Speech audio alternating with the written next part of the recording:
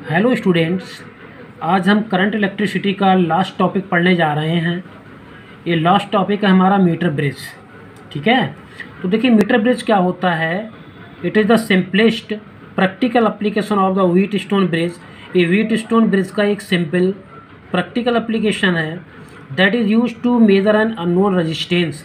भाई Wheatstone bridge भी एक अननोन रेजिस्टेंस को मेजर करने का काम आता है और ये भी एक अननोन रेजिस्टेंस को मेजर करने का काम आता है। तो दोनों एक दूसरे के रिलेटिव हो गए नहीं हो गए। तो पहले तो हमने व्हीट स्टोन ब्रिज पढ़ा, तो उसका जो प्रिंसिपल है वो व्हीट स्टोन ब्रिज पर ही बेस्ड है। ठीक है, जो मीटर ब्रिज का प्रिंसिपल है। लेकिन इतना होता कि मीटर ब्रिज में हम किसी गिवन वायर का रेजिस्टेंस व्हीट स्टोन ब्रिज से भी ज़्यादा एक्यूरेट निकाल सकते हैं, कैलकुलेट कर सकते हैं। Now the principle its working is based on the principle of Wheatstone bridge. इसकी वर्किंग जो है वो किस पर बेस्ड है? व्हीट स्टोन ब्रिज पर बेस्ड है। ठीक है, और व्हीट स्टोन ब्रिज को हम पढ़ चुके हैं। तो भाई व्हीट स्टोन ब्रिज का जो बैलेंस कंडीशन में क्या होता है उसका प्रिंसिपल P/Q = R/S, तो जो उसी पे काम करेगा।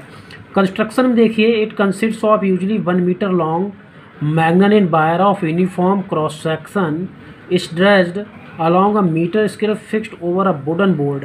एक वुडन बोर्ड होता है, लकड़ी का एक बोर्ड होता है जिस पर 1 मीटर का स्केल लगा होता है और उस 1 मीटर के स्केल पर एक मैग्नेटिक का वायर लगा होता है। तो मैग्नेटिक का वायर किस लिए लगाया जाता है? क्योंकि इसकी हाई रेजिस्टिविटी होती है और लो मेल्टिंग और लो टेम्परेचर कॉफिशिएंट होता है। तो इसका लो टेम्परेचर कॉफिशिएंट होने की वजह से मेल्ट नहीं हो पाता है और हाई रेजिस्टिविटी होती है, तो इसका मतलब ज़्यादा टेम्परेचर बर्दाश्त कर सकता है ना। अलॉन्ग अ मीटर स्केल, तो इसका मतलब क्या है? पिघलने से, इसका वायर पिघलने से बच सकता है मैग्नेट। अगर मान लीजिए कॉपर का वायर यूज कर लिया तो मेल्ट हो जाएगा। Stretch along a metre scale fixed over a wooden board. Wooden board पे 1 मीटर की स्केल लगी होती है, उसी पे वायर लगी होती है। इसका प्रैक्टिकल भी है क्लास 12th में। ठीक है, फिलहाल तो अभी थ्योरी पढ़ते हैं, जब लैब अपनी ओपन होगी तो प्रैक्टिकल भी करेंगे इसके लिए। इसका with its 2 ends shoulder to L shaped thick copper strips. A and C, A और सी 2 एंड होते हैं, उनके बीच क्या लगा होता है? एक तार लगा होता है। एल शेप के A and C 2 copper strip होते हैं, उनके बीच वायर लगी होती है। Between these 2 copper strips another copper strips is fix so as to provide 2 gap A-V and A1-B1। ठीक है, इस तरह फिक्स होती, तो इसके बीच क्या गैप होता है? A-V और A1-B1 2 गैप होते हैं। इस तरह से क्या होता है? ये कॉपर स्ट्रिप फिक्स होते हैं। तो एक गैप में हम क्या लगाते हैं? एक गैप में हम लगाते हैं अपना गैल्वेनोमीटर, और दूसरे गैप में हम क्या लगाते हैं? जो अननोन रेजिस्टेंस होता है उसको लगाते हैं। चाहे इनको इंटरचेंज भी कर सकते हैं, कोई फ़र्क नहीं है। और resistance box RB is connected in the gap A-V। Resistance box भी आपने नहीं देखा होगा, ये भी आपको लैब में दिखाएंगे। एक रेजिस्टेंस बॉक्स देखिए ऐसा होता है इलेक्ट्रिकल इंस्ट्रूमेंट, उससे हम अपनी मर्जी के अकॉर्डिंग रेजिस्टेंस निकाल सकते हैं। And the unknown resistance as, और इस अननोन रेजिस्टेंस को हमें कैलकुलेट करना। भाई रेजिस्टेंस बॉक्स से जो रेजिस्टेंस हम निकालेंगे वहाँ से अननोन रेजिस्टेंस तो हमें मिल ही जाएगा।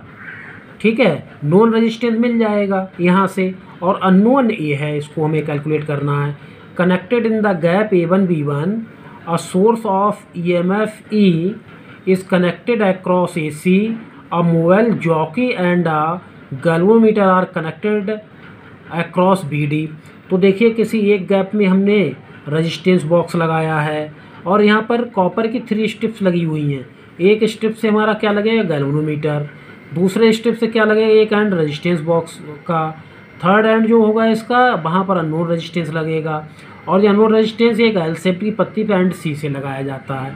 ये 1 मीटर का स्केल यहाँ पर लगा हुआ होता है, ये दिखाया नहीं, कोई बात नहीं, फिलहाल 1 मीटर होता है। इसे स्लाइडिंग मीटर ब्रिज भी बोला जाता है, स्लाइडिंग मीटर वायर। तो इतना आप याद रखिएगा, इसे स्लाइडिंग वायर के नाम से भी इसको जाना जाता है। तो वर्किंग देखिए, after taking out suitable resistance, इससे हम अपनी मर्जी के अकॉर्डिंग रेजिस्टेंस ले लेते हैं from the resistance box. Resistance box से जितना चाहें उतना रेजिस्टेंस आप निकाल सकते हैं। The jockey is moved along the wire AC, jockey को इस वायर AC के अलॉन्ग हम मूव कराते हैं। और जब हम मूव कराते हैं, जैसे ही इस गैल्वेनोमीटर में हमारा पॉइंटर जो है बिल्कुल सीधी, इसकी जो टिप आती है, इसकी टिप बिल्कुल सीधी आती है, तो इसका मतलब इस सर्किट में कोई करंट फ्लो नहीं होता है। जब इस सर्किट में कोई भी करंट नहीं फ्लो होता है तब हम उसी कंडीशन में उसी समय एक हम एक्यूरेट रेजिस्टेंस फाइंड कर सकते हैं। भाई इसका क्या कर सकते हैं, हम एक एक्यूरेट रेजिस्टेंस फाइंड कर सकते हैं, अदरवाइज़ नहीं कर पाएंगे। समझ पा रहे हैं आप? अदरवाइज़ इसका नहीं कर पाएंगे। अगर मान लो करंट फ्लो हो गया और हमारा ये करंट फ्लो कंडीशन निकालना है तो कुछ पोटेंशियल ड्रॉप हो जाएगा। अब पोटेंशियल ड्रॉप हो जाएगा तो भाई वहाँ पर भी रेजिस्टेंस का खर्चा होगा, तो इसलिए हम इसमें से कुछ खर्चा हो जाएगा, तो हम एक्यूरेट नहीं निकाल सकते हैं। अब इसमें करंट फ्लो नहीं होगा, तुरंत इसका रेजिस्टेंस हम एक्यूरेट निकाल सकते हैं, क्योंकि इसकी वजह से जब करंट फ्लो नहीं होगा तो इसकी वजह से कोई भी पोटेंशियल ड्रॉप नहीं होगा। जब इसकी वजह से कोई पोटेंशियल ड्रॉप नहीं होगा तो इसके पोटेंशियल में से खर्चा नहीं होगा, वैसे खर्चा हो जाएगा। समझ गए? If P and Q are the resistance of the parts A B, P और क्यू, पी हमारा रेजिस्टेंस है पार्ट ए बी का और क्यू किसका रेजिस्टेंस है, बी सी पार्ट का रेजिस्टेंस है। ठीक है, तो बैलेंस कंडीशन में जो व्हीट स्टोन ब्रिज होता है उसकी बैलेंस कंडीशन क्या होती है, देखिए P upon Q equal to R upon S, और उसी प्रिंसिपल पर ये काम करता है, तो ये भी हो जाएगा P upon Q equal to R upon S. ये लिखा हुआ let total length wire A C, A C देखिए टोटल लेंथ है वायर का जो कितना होगा 100 सेंटीमीटर, ऑलरेडी एक्सप्लेन कर चुके हैं। और ए बी हमारा एल है, ए बी क्या है यहाँ से यहाँ तक एल, तो इतना क्या बचेगा 100 माइनस एल। भाई टोटल वायर हमारा ए सी 100 सेंटीमीटर, ए बी है एल सेंटीमीटर, तो बी सी कितना बचा 100 minus L centimetre. Since the bridge wire is of uniform cross section, और ब्रिज वायर कैसी है, एक यूनिफॉर्म क्रॉस सेक्शन की। यूनिफॉर्म क्रॉस सेक्शन क्यों लिया भाई, अगर नॉन यूनिफॉर्म क्रॉस सेक्शन लेंगे तो नॉन यूनिफॉर्म क्रॉस सेक्शन के केस में क्या होता है कि यहाँ आपका क्या होगा, हर जगह अलग अलग पोटेंशियल ड्रॉप हो जाएगा, हर जगह उसका रेजिस्टेंस अलग अलग होगा। ठीक, उस वायर का हर जगह रेजिस्टेंस अलग अलग होगा, इसलिए यूनिफॉर्म क्रॉस सेक्शन लेते हैं। Resistance of the wire directly proportional होता है लेंथ के, हम आपको पढ़ा चुके हैं रेजिस्टेंस किससे डायरेक्टली प्रोपोर्शनल होता है, लेंथ के। तो P जो रेजिस्टेंस है, P किस लेंथ के डायरेक्टली प्रोपोर्शनल होगा, जो P रेजिस्टेंस है वो यहाँ से यहाँ तक की लेंथ जो L है उसके डायरेक्टली प्रोपोर्शनल होगा। ये देखिए यहाँ से यहाँ तक की लेंथ L है उसके डायरेक्टली प्रोपोर्शनल होगा। तो P directly proportional resistance of A B, Q resistance of B C. P क्या रेजिस्टेंस ए बी का, Q resistance of B C. तो देखिए रेजिस्टेंस हम ए बी का निकालेंगे तो रेजिस्टेंस ऑफ ए बी क्या हो जाएगा, डायरेक्टली प्रोपोर्शनल हो जाएगा L के। ठीक है, और यहाँ से जब हम डायरेक्टली प्रोपोर्शनल का साइन हटाएंगे तो एक कांस्टेंट आ जाएगा। एक कांस्टेंट है देखिए, where sigma is the resistance per unit length of the wire. अगर per unit length of the wire में हम टोटल लेंथ से मल्टीप्लाई कर दें, पर resistance per unit of the wire में, resistance per unit of the wire में अगर हम टोटल लेंथ से मल्टीप्लाई कर दें तो हमारा क्या मिल जाएगा, जो रेजिस्टेंस होगा वो मिल जाएगा। ठीक, तो सिग्मा इंटू एल, तो टोटल लेंथ से हमने वही तो मल्टीप्लाई किया है। ठीक है, resistance per unit length of the wire में, और इसका वो निकालने के लिए रेजिस्टेंस 100 इंटू एल है, तो sigma 100 minus L, sigma sigma cancel, L upon 100 minus L, where sigma is the resistance per unit length of the wire. एक यूनिट पर यूनिट का मतलब एक यूनिट, पर यूनिट का मतलब 1 सेंटीमीटर। 1 सेंटीमीटर रेजिस्टेंस कितना है सिग्मा, तो L centimetre कितना होगा, सिग्मा इंटू एल। ठीक है, तो देखिए P अपॉन क्यू का वैल्यू हमारा ए आ चुका है, तो इस P अपॉन क्यू का वैल्यू हम किसके इक्वल रख सकते हैं, R के इक्वल रख सकते हैं। भाई रखा जा सकता नहीं रखा जा सकता है।